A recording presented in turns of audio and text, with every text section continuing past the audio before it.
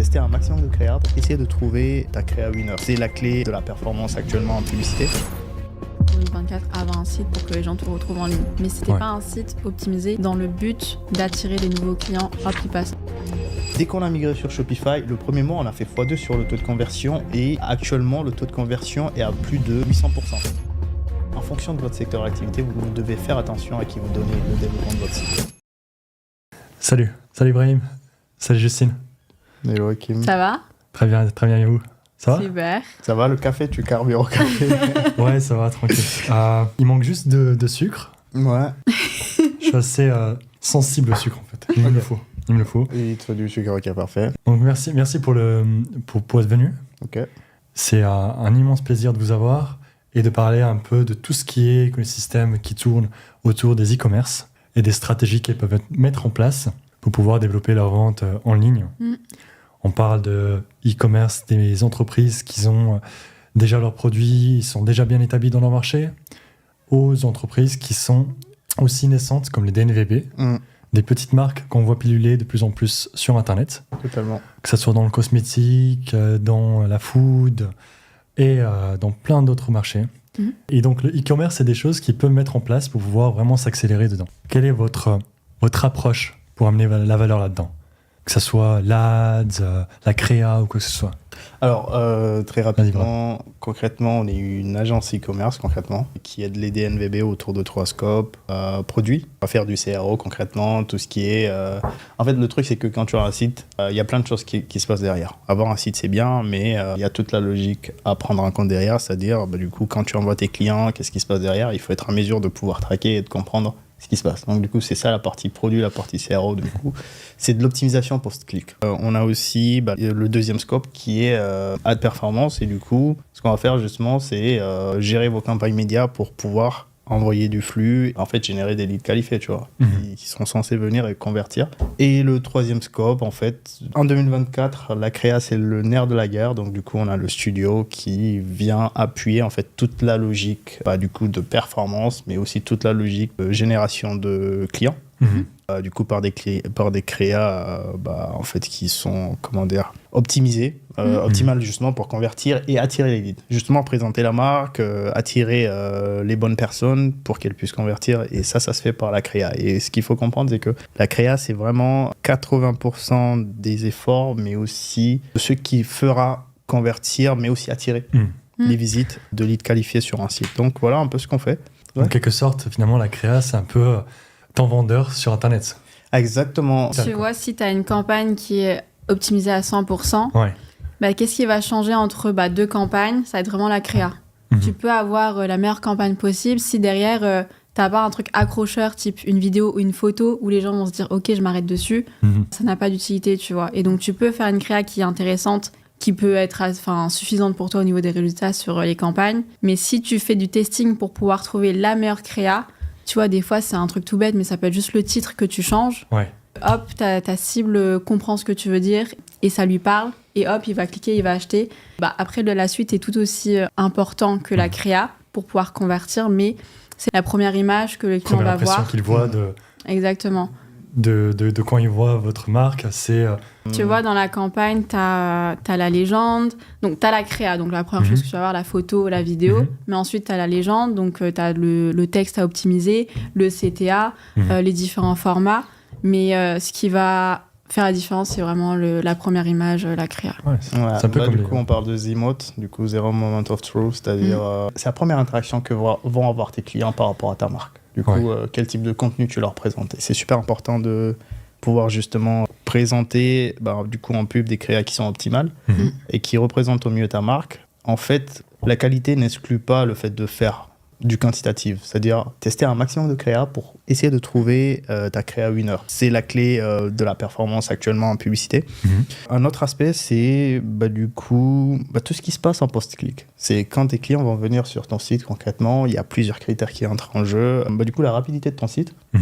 Du coup, le design, c'est super important aussi. Donc concrètement, une fois que tu envoies tes clients, il faut que ton site soit en mesure justement d'assurer derrière. Et c'est super important. Donc, en fait, c'est vraiment un écosystème, en fait, la performance qui va de ce qu'on montre aux clients à ce qui se passe sur le site. Donc, être en mesure de suivre ce que font les clients sur le site et de pouvoir, justement, optimiser tout ça pour avoir le meilleur taux de conversion en fait. C'est un peu comme si on avait une certaine... C'est comme si on a des lunettes spéciales, j'imagine, qui nous permettent de pouvoir, à travers les datas, à travers les chiffres, pouvoir voir vraiment comment, à travers tes efforts de vente, donc à travers tes efforts, aussi suivre après, faire de la rétrospective et voir comment finalement les clients ont réagi juste tout au long en fait, du processus jusqu'à la vente pour certains. Je peux te prendre des cas d'usage bien précis. On a un client actuellement qui, dans la performance, marche super bien. J'avais rencontré dans un événement entrepreneurial. Du coup, il était en train de pitcher. Donc, je me suis mis très rapidement sur mon PC pour regarder en fait les performances de sa marque. Tu as 3 outils qui te permettent de faire ça très rapidement. Tu regardes Wapalizer, du coup, pour voir... Tu m'avais donné la dernière fois, je me rappelle. Exactement. C'est l'outil que je t'avais passé la dernière fois. Tu regardes Wapalizer pour voir ses stacks techniques qui te permettent de voir est-ce que derrière, en fait, du coup, c'est quoi son taux de conversion potentiel. En fait, s'il fait des pubs ou vers où, en fait, redirige ses liens et la vitesse de son site. En fait, tu as des outils SEO qui te permettent justement de traquer la vitesse d'un site et de voir est-ce que ce site-là est optimisé en termes de conversion. Et du coup, voilà. Donc, je l'ai rapproché. Je lui ai posé une question très rapidement. En fait, j'ai l'impression que tes ads redirigent vers ta boutique et qu'il y a un très, très gros taux de rebond. Justement, c'est ce que j'avais regardé, le taux de rebond sur le lien qui redirige vers le site. Et je lui ai dit, en fait, tu as un très gros taux de rebond, qu'est-ce qui se passe? J'ai l'impression que tu perds de la conversion par rapport à ça. Il me dit, ouais, c'est vrai. En fait, c'est une problématique qu'on a identifiée. Et du coup, voilà, je lui dis, qu'est-ce que tu fais concrètement? Il me dit, en fait, je sais pas. Et je lui dis, écoute, on se met sur un meet pour pouvoir en discuter.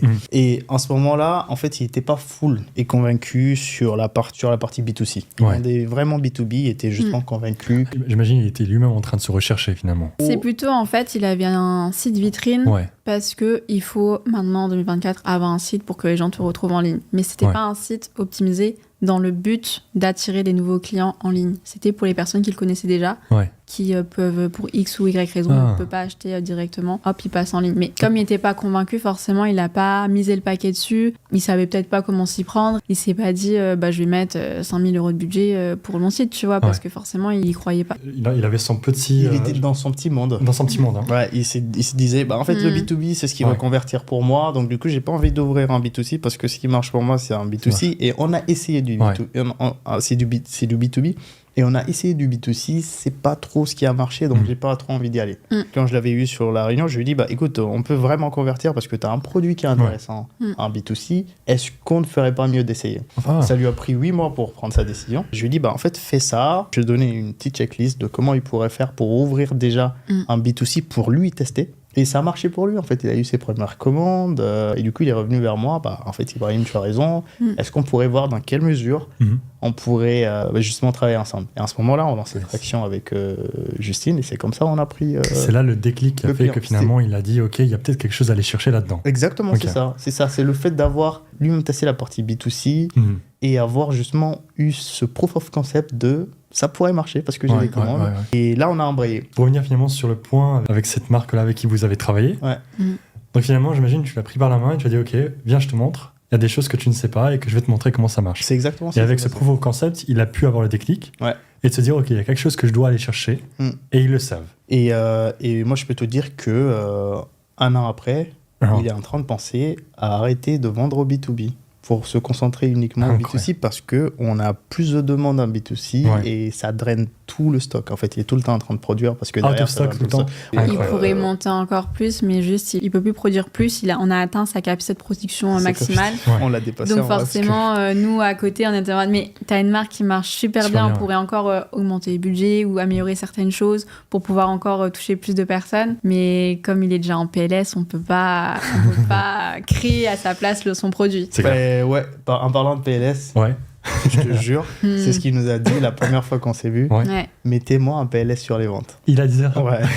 Dès qu'il a commencé à signer avec nous, c'était ça le deal. Ouais, exactement. C'était incroyable. Mettez-moi un PLS sur les ventes. Et 8 mois après, 3 mois après déjà, il était un PLS sur les ventes. Et concrètement, aujourd'hui, on est sur des ratios qui sont fous avec sa marque. Vraiment, on a fait de l'apprentissage, on a fait une migration parce que la solution qu'il utilisait au début n'était pas adaptée justement pour de l'e-commerce. On n'arrivait pas à scaler, on n'arrivait pas... Du coup, on avait des problèmes de panier abandonné. C'est-à-dire, sur 10 clients qu'on faisait rentrer, 8 ne convertissaient pas. Donc, du coup, on avait un taux de conversion qui était à 0,42, je crois, moins de 1%. Et dès qu'on a migré sur Shopify, le premier mois, on a fait x2 sur le taux de conversion et actuellement, le taux de conversion est à plus de 800%. C'est-à-dire on est passé de 0,42 à 3,5 et on avait des pics à 4,50 de taux de conversion déjà là-dessus. Ce qui fait que, en fait, des solutions comme Shopify, c'est vraiment un truc que moi, je recommanderais les yeux fermés. Et c'est d'ailleurs ce qui est en train de se passer sur les clients qu'on a et qui sont sur d'autres solutions. En fait, on leur propose de les migrer sur Shopify. Et tu vois très bien que en fait, les coûts par acquisition publicitaire en fait, sont divisés par 2, par 3, parce que derrière, on est sur des solutions comme Shopify. Il y a des personnes qui hésitent entre Shopify et d'autres solutions comme WordPress ou PrestaShop ou autre, parce que Shopify, tu payes quand même un abonnement tous les mois. Tu vois. Mais au-delà de ça, tout l'avantage que tu peux avoir derrière, ça va être pouvoir optimiser très rapidement ton site internet sans passer par un développeur. Si tu compares entre payer un développeur pour chaque modification que tu veux faire sur le site et Shopify où tu vas pouvoir le gérer de toi-même ou avec des agences, le ratio est vite fait où Shopify va être optimisé pour les campagnes. Totalement. En fait, le truc, c'est que tu te dis, je vais payer, j'ai pas envie de payer 36 € par mois. À peu près 36 € par mois. Je préfère aller sur du WordPress parce qu'on m'a dit que c'est gratuit. Et en fait, le coût de la gratuité, tu le payes après. Parce que du coup, ton site ne convertit pas ou parce que ton site n'est pas rapide. Parce que, en fait, je ne dis pas que WordPress n'est pas bon comme CMS, mais il n'est pas top pour les e-commerçants. Une marque qui se lance, à quel point elle peut se projeter avec Shopify et se dire des années après ça va toujours rester bon et je gagnerai toujours. Comment elle peut se projeter sur le long terme, toute l'ambition qu'elle a, elle peut se dire tiens je peux aller très loin avec le... En fait il faut toujours être en alerte sur ce qui se passe, tu vois, parce que avant je sais plus exactement quelle année, tout le monde était sur WordPress, c'était le site, enfin le CMS à utiliser pour créer un site internet. Du coup c'est pour ça qu'aujourd'hui encore, il y a des e-commerçants qui se disent je vais sur WordPress, c'est la solution la plus connue, où tout le monde y va. Et je me pose pas de questions, tu vois. Shopify, j'en entends vite fait parler, mais je sais pas à quoi m'attendre. Et sauf qu'aujourd'hui, quand on voit les études sur les DNVB qui performent, c'est le combo Shopify et Klaviyo. Donc Klaviyo, c'est une solution de mailing. Et en fait, Shopify, c'est adapté au marché actuel. Donc je sais pas si dans quelques années, ça va être une autre solution qui sera plus performante que Shopify. En tout cas, ça n'empêche pas qu'aujourd'hui, c'est Shopify qui fonctionne. Allons-y, ne nous posons pas de questions, tu vois. C'est eux qui ont le lead. Et en vrai, quand tu vas sur YouTube et que tu vois des marques comme Ingard, comme Tajine Banane en parler, c'est que c'est vrai. C'est que ça a vraiment fonctionné pour eux. Et nous, on a la preuve, en fait, en termes de data, en termes de coût d'acquisition client, sur les pubs. Tu vois bien la division du budget par 2, par 3, parce que derrière, on est passé sur une solution qui est tout simplement adaptée pour les e-commerçants. Elle est adaptée, elle est rapide. La prise en main côté admin, top. La dernière fois, je parlais avec un prospect qui me disait mais on m'a dit d'aller sur WordPress parce que déjà en termes de gratuité, mais aussi j'ai la flexibilité en termes de design. Et là, en fait, les gens pensent que quand tu vas aller sur Shopify, tu vas avoir un site comme tout le monde. Shopify, en fait, c'est plein d'outils, c'est plein d'applications qui permettent justement de pouvoir, en fait, en termes de design, se différencier des autres, en fait. Tu prends des marques comme Olipop, comme tu prends des marques, tu prends Homson, Chamberlain Coffee, ils sont tous concrètement sur Shopify, mais leur site ne se ressemble pas. Et même Respire, la marque française. Tu prends, mais si tu regardes tous les DNVB qui fonctionnent... ils doivent être sur PrestaShop, je crois. Si tu regardes la quasi-totalité des DNVB qui fonctionnent aujourd'hui, ils sont quasiment sur Shopify. Je peux te parier, 1 sur 4, 3 sur 4, 75%, ils sont sur Shopify. Et au niveau du scaling, disons par exemple, tout d'un coup, ces produits explosent et se retrouvent à avoir une haute fréquence sur son site internet, une haute fréquentation sur son site internet, et donc un taux d'achat qui explose aussi. Comment elle était habituée à une petite taille au début, comment tout d'un coup elle peut gérer, comment Shopify peut l'aider en fait à gérer cette poussée tout d'un coup? C'est une plateforme qui est déjà pensée pour ça en fait, pour aider à la croissance des marques, et du coup en termes de scaling c'est pas un problème, c'est pas un problème, du coup c'est pas une problématique. Ça te permet justement, en fait tu as juste à monter en termes de plan et de pricing pour pouvoir justement capter plus de commandes, plus de visites et tout le reste, mais sinon c'est une plateforme qui est assez stable et qui accompagne des marques à millions de dollars, plusieurs millions de dollars de CA mensuel. C'est pas vraiment 10 000, 20 000, 30 000, 40 000 qui vont déranger. Juste une ordre idée un peu, ça représente combien finalement en termes de pricing? Combien une marque finalement dépenserait pour une solution comme Shopify? Alors pour débuter, si tu fais moins de 100 000 € de CA, tu payes quoi? Tu payes 36 € en moyenne, 36 € par mois en moyenne. Après tu peux rajouter le prix de tes applications, parce que si tu rajoutes des applications supplémentaires pour faire du CRO, tout ce qui est Klaviyo, dont on a parlé Juju et tout ça, en fait ça rajoute quelques frais supplémentaires, mais c'est des applications que tu rentabilises.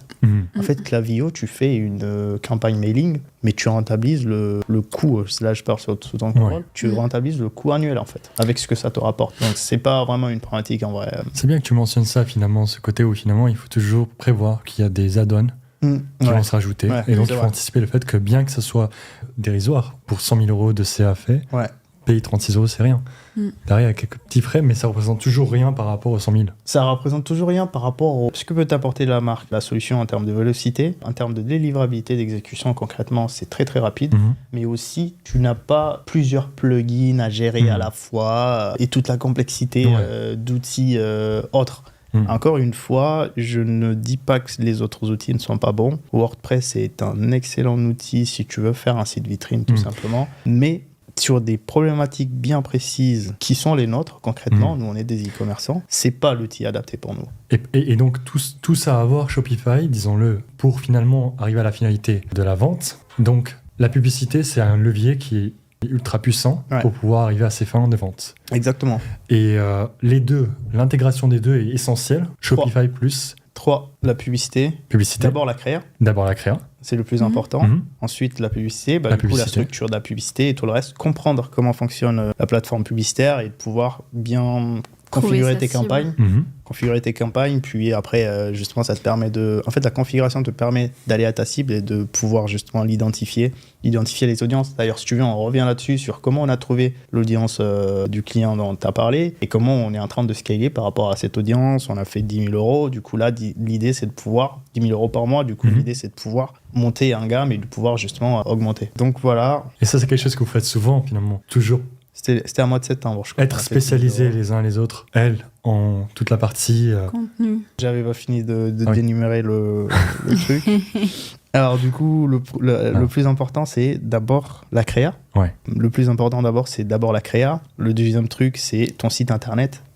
Alors, je fais une petite arborescence du truc, c'est structure publicitaire, créa, site internet. D'accord, c'est comme ça que tu vois les choses. C'est comme ça que moi je vois les choses. Toujours sous le contrôle de Justine. Toujours sur le contrôle. Attends, là, t'as mis un ordre, là. Tu mettrais structure publicitaire en premier? Je mettrais structure publicitaire et créa en parallèle.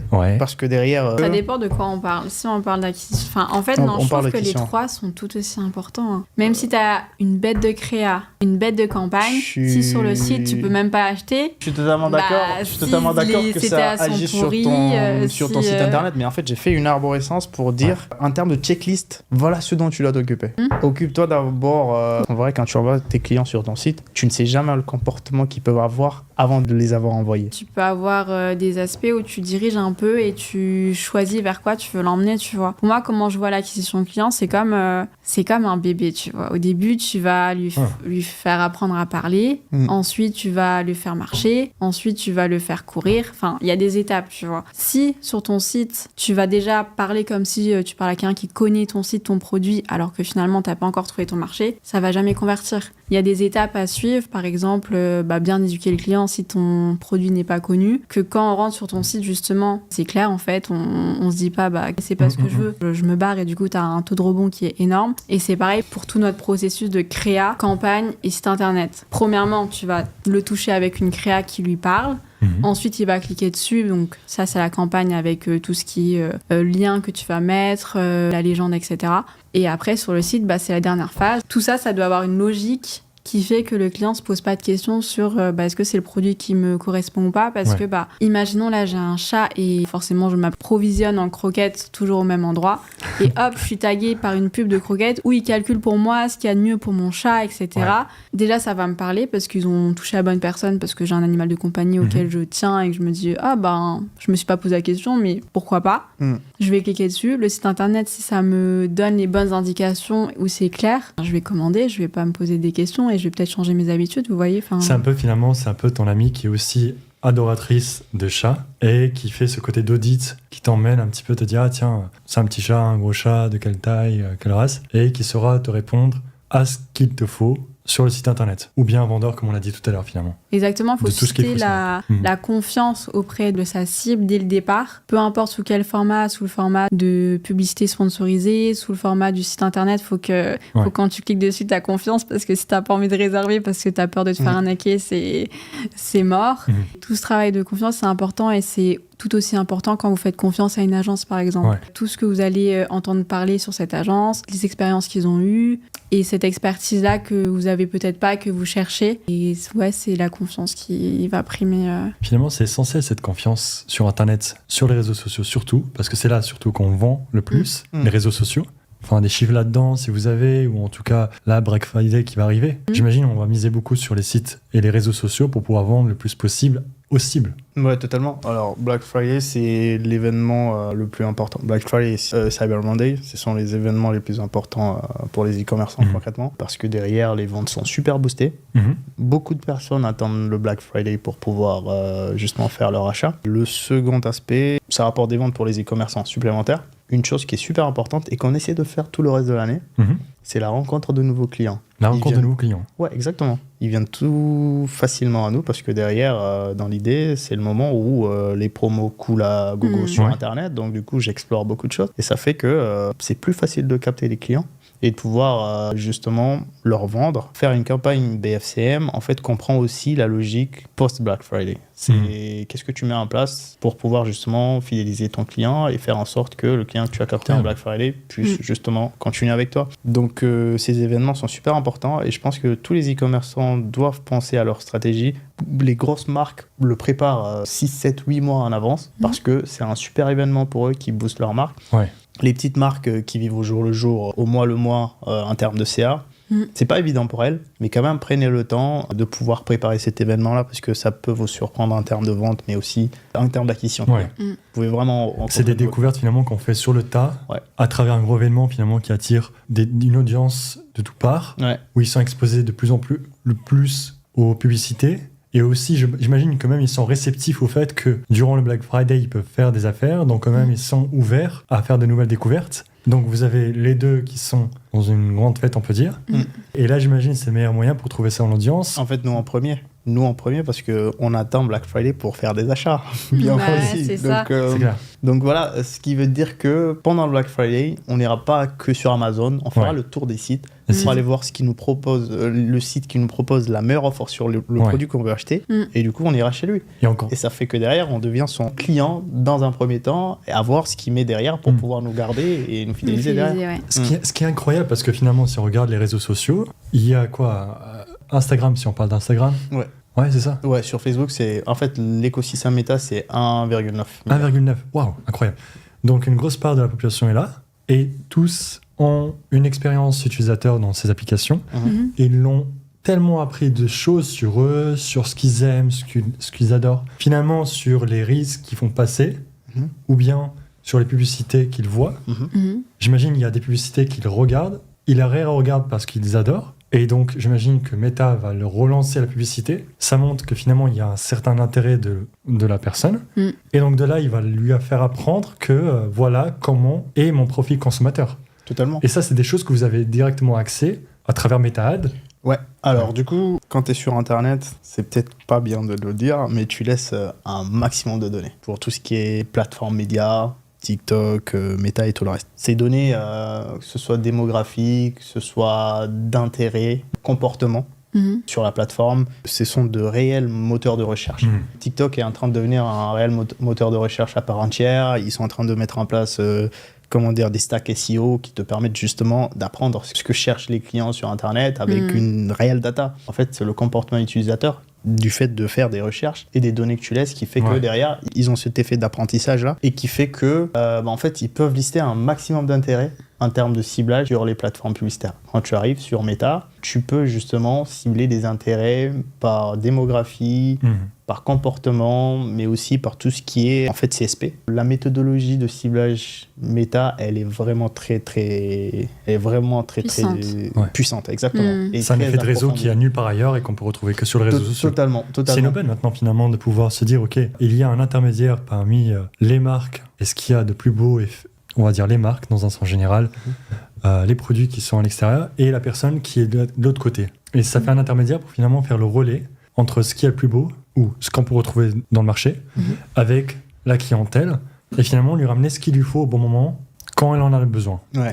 Et on parlait de données, tu vois, quand on cible une personne qui a un comportement précis, par exemple, je sais pas moi, là si je commence à me renseigner sur du jardinage tous les jours, bah, je vais être forcément taguée par les personnes qui ont ciblé ce type de comportement-là. Ce sont des données qui sont changeantes. Ouais. L'algorithme il est toujours en train de tourner et par exemple, bah, là sur le bricolage, si je regarde que ça va me mettre que ça. Ouais. Si d'un côté, là, je change de vidéo, je regarde que des vidéos de chats, forcément, ça va me proposer des pubs de chats, tu vois. Exactement ce que j'allais dire. À un moment, on s'est intéressé aux segments de marché les plus dynamiques. Baby care, tout ce qui est produit pour enfants, pet food, produits pour animaux et tout ça. Aussi, toute la logique de livres, tu vois, e-book, en fait. E-book, ça marche aussi super bien. Et donc, on cherchait ça. En fait, moi, pour être ciblé par les marques, je fais une seule chose. Tu vas sur Facebook, tu tapes pet food et tu attends. Tu vas avoir des publicités de marques comme Cat. Tu vas avoir du reciblage de marques comme Cat, comme Petit Whale, plein de marques qui ont justement cette logique de se dire un ciblage intérêt, je vais mettre des personnes qui cherchent soit des mots-clés pet food, soit des personnes qui ont des chats, concrètement. Tu vois, ça c'est un comportement utilisateur, mais aussi démographiquement, ça permet justement d'isoler une certaine partie de personnes qui voient uniquement leur pub et qui sont susceptibles de plus interagir avec eux. C'est là la puissance de Meta. Autant j'imagine que ça peut être un peu polémique, le côté où finalement il y a la collecte de données qui fait peur à certains, mais le bon revers des choses, c'est que finalement les personnes, elles vont pouvoir aussi être exposées à des marques ou à des produits qui les intéresseraient plus, qui leur parleraient plus. Exactement. Ouais. Si on part du principe que ce sont des belles marques, des marques et surtout des produits qui apportent une réelle valeur et qui tiennent leurs promesses, c'est une belle chose finalement que les gens puissent avoir accès à des marques dont ils ont besoin et qui tiennent leurs promesses. Totalement. Si tu veux, la publicité sur les réseaux sociaux, ce qui peut être un peu controversé, c'est que les gens se disent ça m'agace parce que j'ai parlé de ça, hop, je vois la pub. Toutes mes données sont partagées, etc. Mais ce qu'il faut savoir, c'est que au niveau de la donnée, c'est crypté, tu vois. C'est pas en mode, j'espère en tout cas, c'est pas en mode, quand on fait une campagne publicitaire, nous, on n'a pas accès à la donnée. On va pas avoir le nom, prénom de tout le monde. C'est vraiment dans la machine de Meta qui va commencer à transformer tout ça et pouvoir cibler les bonnes personnes. Et aujourd'hui, on a encore certaines personnes, un aspect négatif sur les publicités en ligne, du fait que ça peut être trop dérangeant pour les personnes, ça va pas marcher, etc. Mais ça, pour moi, c'est une erreur de ciblage, tu vois. Si tu tagues la bonne personne au bon moment, t'as pas de raison pour laquelle elle va pas convertir, tu vois. On va, par exemple, sur les campagnes de conversion, donc je parle sous le contrôle de Ibrahim. Si on met un objectif de conversion, on va taguer des personnes qui vont, de base, avoir un comportement d'achat. Ils ont déjà commandé des choses en ligne, et donc forcément, ils vont être plus réceptifs à ces publicités pour pouvoir être intéressés et se dire, je passe à l'achat. T'as des mots-clés de ciblage intitulés acheteur actif. Donc ça veut dire que Meta identifie concrètement toutes les personnes qui achètent régulièrement sur la plateforme et il leur pousse les publicités pour voir c'est quoi leur comportement. Et ceux-là, ce sont les early adopters de ce qu'on appelle l'online. Même plus maintenant, ça prend de plus en plus gros effets. Potentiellement, potentiellement. Et donc, ce sont ceux qui vont acheter le plus et on s'attend maintenant que l'online soit quelque chose d'encore plus démocratisé. On fera presque la majeure partie de nos achats sur Internet et surtout les plus modernes. En fait, moi, je pense que les marques doivent faire attention à qui elles donnent la prestation ou la construction ou tout ce qui est le développement de leur site. En fonction de votre secteur d'activité, vous devez faire attention à qui vous donnez justement le développement de votre site. Si vous êtes une marque e-commerce et qu'on vous propose des solutions autres que Shopify, qui est la meilleure en ce moment, derrière, il faut faire attention. Un exemple très rapide. Tous nos clients finissent par migrer sur Shopify parce que derrière, on leur a prouvé que c'est la meilleure solution pour pouvoir justement scaler, mais aussi en termes de vélocité. Donc du coup, moi ce que je dis aux marques, c'est faites attention à qui vous donnez la prestation de votre site internet. Alors parce que du coup il y a plein d'agences qui vont vous proposer des solutions autres que en fait j'ai pas envie de dire Shopify, mais des solutions autres parce que derrière c'est des solutions qu'elles maîtrisent sans savoir si ça correspond concrètement à vos besoins. Un e-commerçant a besoin de rapidité, a besoin de pouvoir scaler et de pouvoir compter sur son CMS. Et je tiens à préciser qu'on n'est pas sponsorisé par Shopify. Je tiens à préciser qu'on n'est pas sponsorisé par Shopify. On est totalement neutre et on veut partager notre expérience. Dans l'idée, c'est de pouvoir justement... je parle beaucoup de Shopify parce que du coup, on a fait le test de Shopify. On est passé très rapidement. La personne va se reconnaître on est passé d'un taux de conversion de 0,42 à 4, à un pic de 4, un pic de 4, grâce à Shopify. Le taux de conversion, c'est-à-dire sur toutes les personnes que tu envoies sur ton site, combien de personnes finissent par acheter. D'accord. Donc c'est ça. On a fait vraiment x10, donc du coup un gap de 1000% sur moins de 6 mois.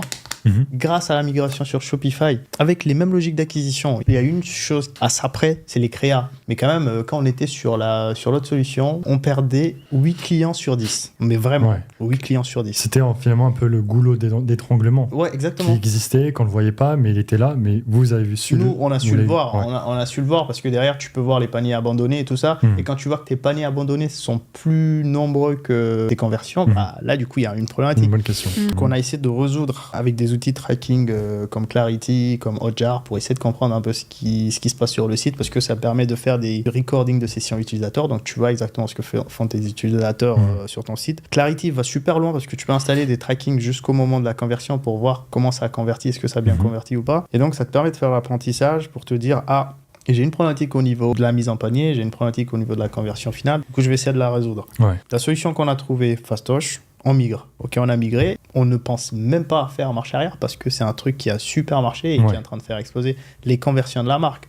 On est parti de quelqu'un qui était super réticent parce que son site, en termes de coûts, ne lui coûtait pas grand-chose, sans le savoir. Parce que quand tu ne convertis pas et que tu perds 8 clients sur 10, c'est des coûts mais exponentiels. Tu perds plus que ce que tu ne payes sur Shopify, mais de très loin. Aujourd'hui, du coup, on est totalement rentable sur la partie stack technique et on est super content de pouvoir avoir ces stats-là qui sont juste énormes parce que derrière, on utilise la bonne solution. Donc le site internet est pour beaucoup, mais aussi toute la logique créative et publicitaire qu'on met en place. Sont définies, on va dire par exemple les publicités. On va quand même auditer tout le site, on va poser des questions sur son business et comprendre vraiment son secteur d'activité et où il en est aujourd'hui. Donc si on voit qu'il y a un intérêt à migrer son site internet parce qu'il ne convertit pas, on va lui recommander. Dès le départ. C'est ça. En fait, tu vois, tu as des personnes qui, si on fait par exemple appel à des freelances sur des tâches précises, imaginons la campagne publicitaire, la personne va se cantonner à sa mission, tu vois.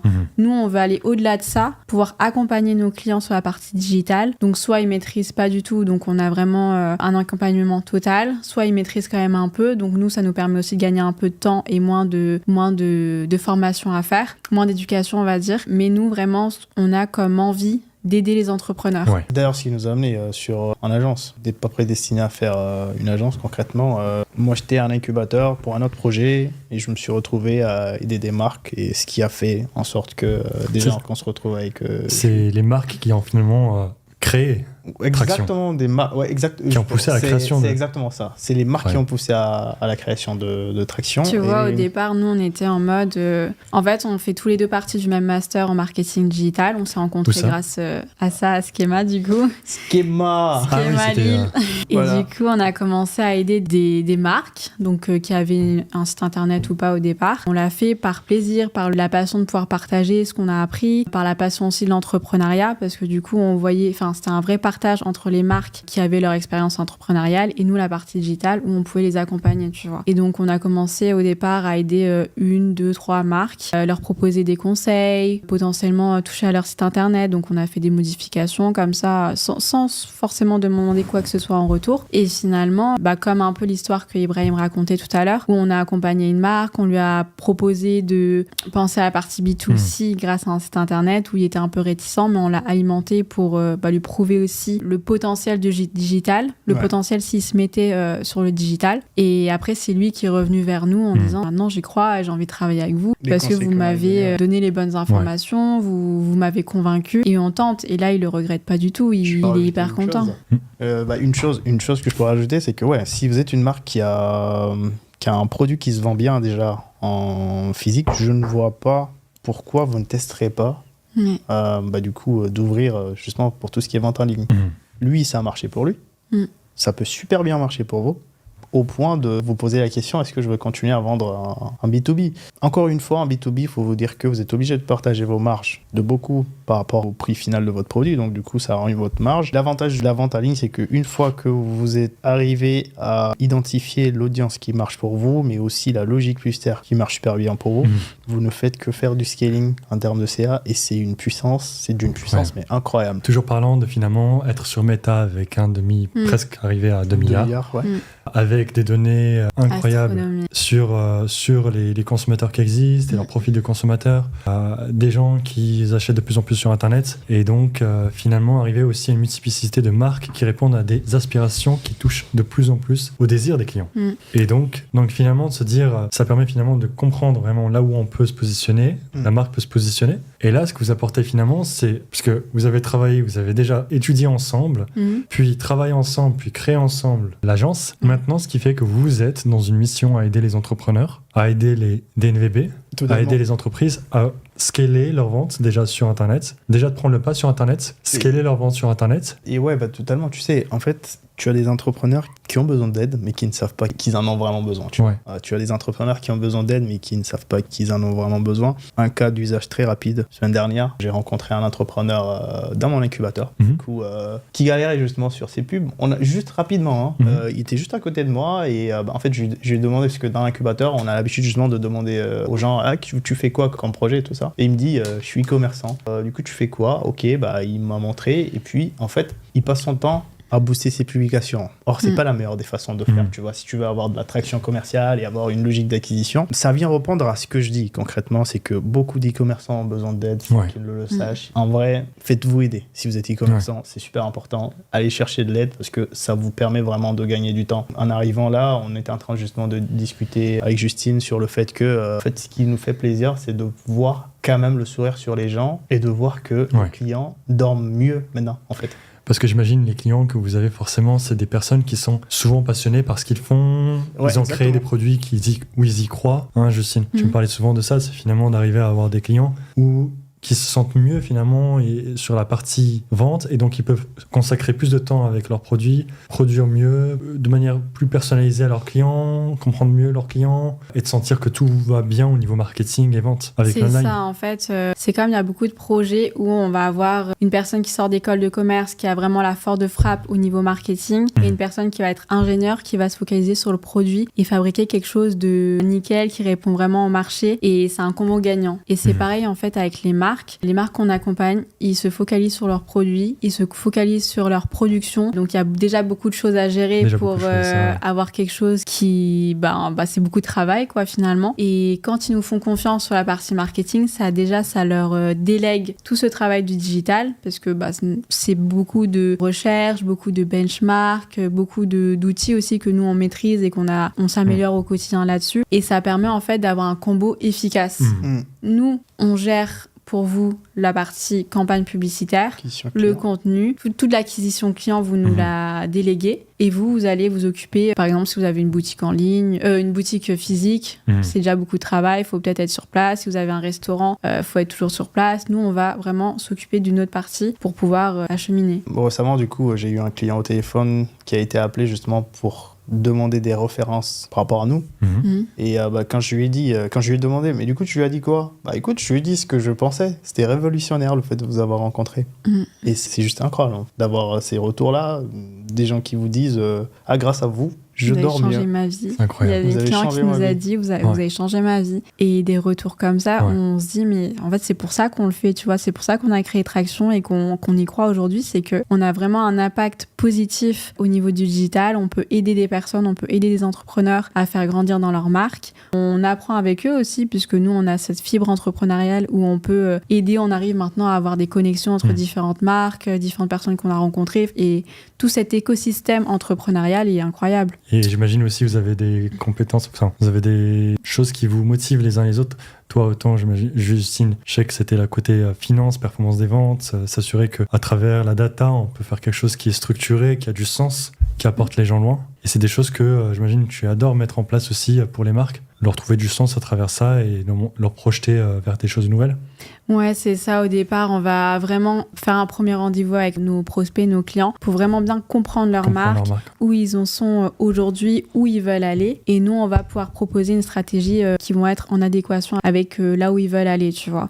Et on va pas chercher à changer l'essence de la marque, mais on va essayer de trouver des clients qui nous correspondent aussi, où il y a une forte envie, soit des marques à impact, soit des marques qui ont des produits de niche qui peuvent performer.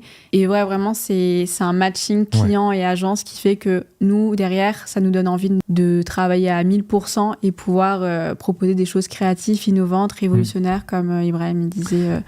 Et derrière, les produits, j'imagine, c'est quoi vos critères? Qu'est-ce qui font que vous préfériez travailler avec un produit ou un autre? Comment vous dites, OK, il y a un produit, je préfère travailler avec ce produit-là, avec cette marque-là, qui a ce produit-là? C'est quelque chose qui vous importe?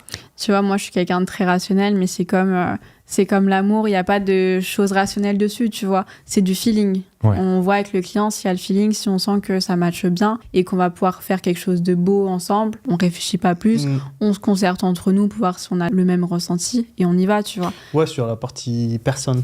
Après, sur tout ce qui est typologie de produit, tu vois, en fait, concrètement, tu as des marchés qui sont beaucoup plus attrayants sur l'aspect publicitaire. En fait, on a beaucoup parlé de site internet, on a beaucoup parlé de créa. Il y a un élément qui est intéressant et super important, c'est ton produit. C'est ce que tu vends apporte une réelle valeur. Ce qu'on fait avec la pub, c'est finalement répondre à une logique de marché qui est celle de l'offre et de la demande. Donc du coup, il y a une certaine demande d'un certain produit et du coup, on va aller matcher cette demande avec cette offre-là. Et donc, le produit est super important dans tout le process. Donc, du coup, on va analyser ton produit pour voir ses potentiels, la demande existante et pouvoir se dire... Et surtout, en fait, il y a un élément qui est super important, la concurrence. Quand tu as de la concurrence qui fait des ventes, ça veut dire que ton produit est quand même intéressant parce que du coup, la concurrence est toujours un indicateur de performance, mais aussi de croissance sur un marché. Donc, c'est des éléments qu'on analyse. Et ensuite, la personne. Du coup, la personne, c'est super important pour nous. Et du coup, voilà, on peut choisir de ne pas bosser avec vous parce que derrière, la personnalité ne nous convient pas et que... Ça rejoint aussi votre engagement long terme que vous avez avec vos clients. Pour vous, c'est important d'avoir une relation long terme avec vos clients. En quoi c'est un driver pour vous et pour les clients? C'est surtout important parce que ce qu'on prend, c'est un challenge au niveau personnel. Quand on rencontre les clients, en fait, j'ai l'impression de faire partie, tu vois, de leur équipe intégrante et du coup de pouvoir justement donner tout ce qu'on a pour pouvoir leur prouver que leur produit a du potentiel et du coup aussi leur conférer ce sentiment de se dire « Ah, c'était une très très bonne décision de pouvoir bosser avec eux. » En fait, c'est le driver de tout ce qu'on fait actuellement. Et du coup, tu vas nous retrouver en train de donner 120, 130, 140% de notre personne, justement, de notre énergie pour essayer de répondre aux besoins initiaux du client et la promesse initiale qui a été faite. Donc là-dessus, voilà. L'ultime bénéfice pour le client, son client. Pour le client. Et pour le client, l'entreprise. Exactement. Pour qu'il dorme mieux et pour qu'il ait ce qu'il veut. Exactement, c'est ça. Ouais, c'est ça. On est vraiment sur du long terme parce que, en fait, on va bosser avec des personnes sur lesquelles on croit en leur vision, on croit en leurs produits, tellement qu'on y croit qu'on va se donner vraiment à fond. Et du coup, c'est pour ça qu'on est sur du long terme, tu vois. Si on n'y croit pas dès le départ, on va pas être motivé. On a déjà 2 clients sur lesquels on travaille. On va pas hésiter à dire non à un client pour pouvoir vraiment donner tout notre temps aux clients qu'on a actuellement. Surtout que la gestion média, en fait, c'est comment dire, c'est une logique long-termiste. Exactement, c'est ça. Du coup, en fait, tu accompagnes le client sur un cycle de vie bien lent parce que derrière, tu accompagnes sur son acquisition client et tu peux l'accompagner sur ses logiques de scaling. C'est-à-dire qu'aujourd'hui, si vous avez un certain niveau de CA et que le client te dit, bon, écoute, il faut qu'on passe au niveau supérieur, ouvrir de nouveaux marchés, vous pouvez le faire digitalement, ouvrir de nouveaux marchés digitalement. Du coup, voilà, toi, tu t'arranges pour que derrière, sa structure de campagne puisse suivre son besoin et que le budget puisse suivre en termes de logique créative aussi. Parce que ce qu'il faut comprendre, c'est que plus tu as du budget à gérer, plus ça demande de la charge de travail. Elle te le dira concrètement en termes de créa, en termes de structure de campagne. Plus tu as de budget, c'est cool parce qu'on peut faire plus de testing, on peut se permettre vraiment de trouver la créa qui performe, mais plus il y a du travail, c'est sûr. Dans l'idée, c'est d'identifier très rapidement les créas winners. En fait, même si on a des créas qui convertissent et qui quand même drainent Tout à l'heure, j'étais en train de vous parler de coût d'acquisition. Je disais, je vous ai montré très rapidement, en termes de coût d'acquisition, une créa qui me ramenait des clients à 10 € versus une créa qui avait quand même du potentiel qui me ramenait des clients à 15 €. Ouais. Je préfère, sur un petit budget, éteindre la créa qui me ramène des clients à 15 € parce que derrière, dans l'idée, du coup, je fais déjà des ventes à 10 €. Et si j'avais du budget en plus, dans l'idée, pour moi, c'est de pouvoir garder cette créa-là parce que déjà, ça nous rapporte des ventes et que c'est super rentable. En fait, le ratio moyen sur la créa à 15 €, il est de 3. En termes de panier moyen sur le compte que je vous ai montré, il est, je crois, 48 € en soi. Donc, on est quand même super rentable. Donc, dans l'idée, c'est de pouvoir garder cette créa. Mais sur des petits budgets, tu ne peux pas te permettre de garder toutes les créas. Focus sur les créas winners. En logique de scaling, tu pourras ouvrir au fur et à mesure.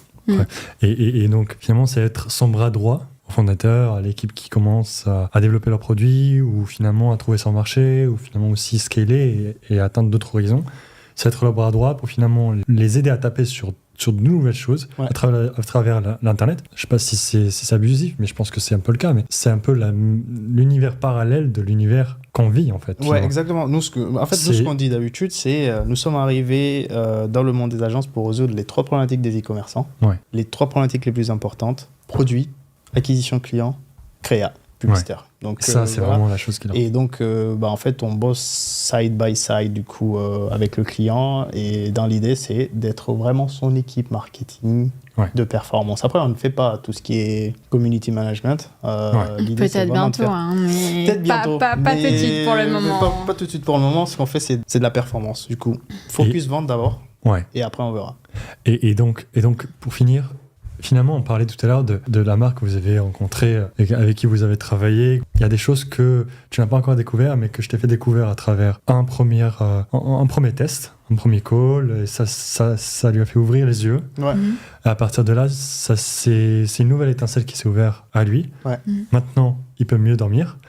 Et donc, finalement, cette prise de conscience, pour une personne qui n'a pas été dans le monde du commerce ou bien qui n'a pas de temps à se décharger ou la patience pour finalement cette compréhension de comment ça se passe au niveau de la data pour pouvoir comprendre toute la partie, donc déjà la prise en main du e-commerce, la prise en main des réseaux sociaux et toute la data qu'elle peut nous ramener, le testing, réitération avec de nouvelles stratégies ads et de nouvelles stratégies de contenu pour améliorer le message existant. Donc finalement toute cette recherche là, c'est des choses que il peut sentir qu'une agence, c'est quelque chose qui peut lui ouvrir de nouveaux horizons qu'il n'aurait pas pu avoir jusqu'à maintenant. Et de pouvoir rivaliser avec des leaders du marché.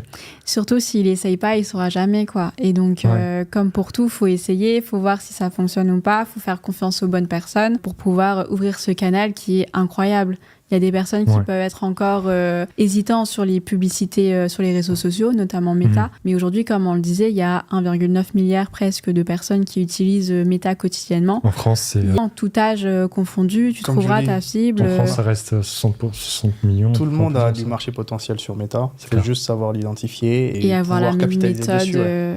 Il y a des marques qui font partie de nos ICP et qu'on appelle. Si je t'appelle et que tu n'es pas réceptif, en fait, je ne force pas parce que nous, on connaît la valeur ajoutée de notre travail et ce qu'on peut t'apporter. On a des cas d'usage, on a des personnes qui peuvent témoigner à notre faveur sur comment on a changé leur quotidien. Donc, concrètement, on ne force pas. On t'appelle, écoute, on a... Et d'ailleurs, on t'appelle avec un audit bien précis. On prend le temps d'auditer ta marque et de comprendre quelles sont tes problématiques, quelles sont les frictions qu'on peut t'aider à résoudre. Et en mode, écoute, hello Antel, on a découvert ça sur ton site. Est-ce que c'est une problématique dont tu es conscient ? Oui, non, je suis pas intéressé. Ok, bon. C'est quelque chose que vous faites systématiquement avant de contacter quelqu'un par mail, en lui écrivant, vous faites un audit systématique. Et où la logique de contacter quelqu'un sans avoir compris sa problématique ? En fait, tu l'appelles pourquoi ? Je t'appelle parce que je suis une agence marketing, mais ok, d'accord, tu as réussi à identifier mes problématiques. En fait, un bon marketeur doit pouvoir justement identifier les problématiques en amont d'une marque. Tu sais exactement là où il y a les frictions parce que tu as l'expérience et que tu sais exactement qu'est-ce qui peut pêcher. Ça peut être la rapidité du site, ça peut être les créas. Est-ce qu'en ads, tu testes beaucoup de créas ? Une marque doit tester beaucoup de créas pour savoir quels sont ses créas winners pour pouvoir capitaliser dessus. Tu peux pas juste tourner autour de d'autres créas. Encore une fois, j'avais contacté une marque par mail. J'étais tombé par hasard dessus. Par hasard, je suis tombé sur leur pub et je me dis, c'est assez intéressant comme marque. Je vais sur leur site, mais une image de marque excellente qui a tout le potentiel justement pour pouvoir convertir en ligne. Seule problématique, ils testent un seul format publicitaire. En plus, quand tu vas, le paradoxe, c'est que sur leur site, sur leur compte Instagram, ils ont des vidéos, ils ont plein de trucs qui n'utilisent pas un pub. Donc je les contacte, et pourquoi vous n'utilisez pas ces contenus-là? Pourquoi vous utilisez un seul format? Ils m'ont pas répondu. Là, j'essaie de les appeler. Je suis en train de chercher leur numéro pour les appeler. Non, mais les gars, je vous ai envoyé un mail. Qu'est-ce qu'il y a? C'est quoi le problème? Ouais. Je vois quand même qu'ils essaient de changer leur format publicitaire, mais ça continue toujours. Ils utilisent des statiques et pas beaucoup de testing. Il faut qu'ils en fassent. Testez vos publicités, mettez vos contenus vidéo en publicité, et puis faites beaucoup de testing.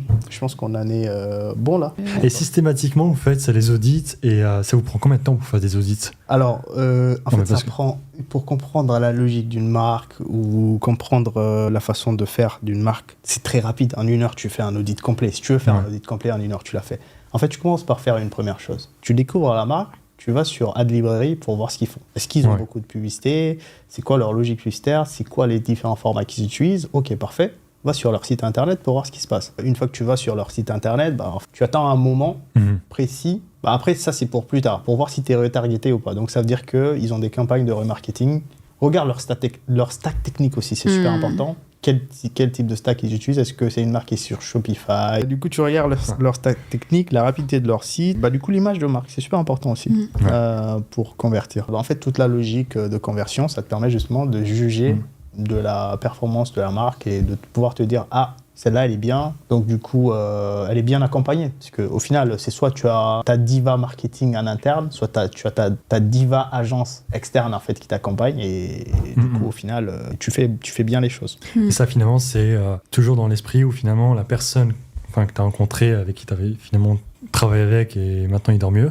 Et donc, cette personne-là, autant maintenant, elle sait que c'était l'agence qu'il lui fallait. Ouais. Et donc, pour une entreprise... Sinon, il aurait pu faire ça de manière solo. Il aurait pu avoir cette prise de conscience par lui-même. Et cette prise de conscience vient par là. Comprendre finalement que les méta-ads sont peu nombreux au niveau des publicités, peu diversifiés, pas beaucoup de testing. De format publicitaire, Ouais, mais exactement. là, il nous l'a dit concrètement que s'il ne nous avait pas rencontrés l'année dernière, il aurait coulé, en fait, il aurait fermé parce que lui, il était complètement concentré sur le secteur B2B et ça s'est cassé la gueule récemment. Donc, en fait, pour moi, il n'y a pas d'hasard, tu vois. En post-Covid, compliqué pour la reprise. Il nous a rencontrés au bon moment. Et c'est ce qui nous redit, tu vois, que c'était le bon moment, tout s'est fait comme il fallait. Et puis on a été un peu ces sauveurs à ce moment-là, tu vois. C'était d'ailleurs la problématique qu'il fallait résoudre. J'ai jusque juillet pour savoir si je continue ou pas. Ouais. Est-ce que vous prenez le challenge? On a pris le challenge. Ouais. C'est incroyable. Si on regarde les résultats, ça n'a fait que monter. Petit à petit, puisque tu as une phase quand même de testing. Ça décolle pas d'un coup. Il y a pas mal de choses à optimiser. Comme je disais au début, un peu d'éducation, revoir un peu tous les contenus, faire les premiers testings de publicité. Et le site internet où on a dû migrer. Enfin, il y a eu pas mal d'optimisation. En fait, t'as pas une solution unique, tu vois. C'est pas en mode, t'as un site e-commerce, il va fonctionner. Tu vois, il y a plein de trucs derrière. Il y a le SEO, il y a le contenu, il y a les publicités pour chercher de nouvelles personnes. Tu vois, le e-commerce, tu nous demandais au début qu'est-ce qui nous animait, mais le e-commerce, c'est tellement large. Tout le monde peut y trouver son compte. Tu as des personnes qui vont être spécialisées en SEO. Ça va être par tout ce qui est maillage interne, tout ce qui est création de liens. Enfin, c'est vraiment hyper large, tu vois.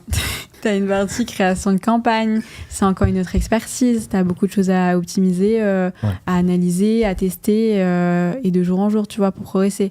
Tu as la partie UX, voir si ton site il est bien fait, si c'est clair pour le client, que l'expérience est bien fournie pour que le client, tu le perds pas en cours de route, tu vois. Le commerce, c'est tellement large et du coup, chacun peut trouver son expertise et nous, on regroupe plusieurs expertises. On a la partie publicité où on va chercher l'acquisition de clients. Du coup, nous, on va vraiment avoir cette expertise d'acquisition client.